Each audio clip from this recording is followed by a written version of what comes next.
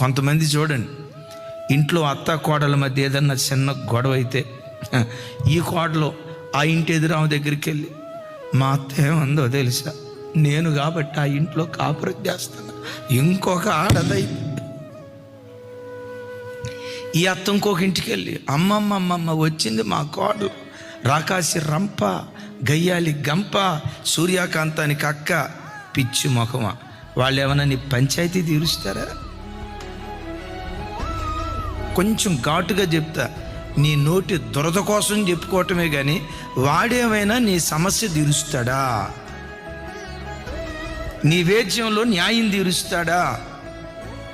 వాళ్ళకి చెప్పుకొని ఉపయోగం ఏముంది? నీ ఇంటి గుట్టు బయట పెట్టుకోవటమేగా.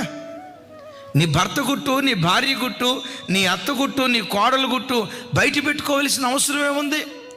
సరే, నీ ఇంటి గుట్టేమో జాగ్రత్తగా, అమ్మమ్మమ్మమ్మ నీ ఇంటి విషయం ఎంత కూడా బయటకు తెలియదు. నీ ఇంటి విషయం ఎంత కూడా బయటకు తెలియకుండా భలే గుట్టు మనిషిగా ఉంటారు కొంతమంది. చూడండి, వాళ్ళ ఇంటి గుట్టు మాత్రం అబ్బబ్బబ్బో గప్చుప్ సాంబార్ బుడ్డి, సైలెంట్గా ఉంటారు.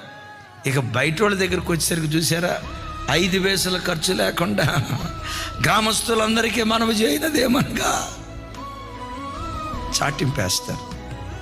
పరుని గుట్టు ఎప్పుడు బయట పెట్టద్దు, ఎప్పుడు బయట పెట్టద్దు.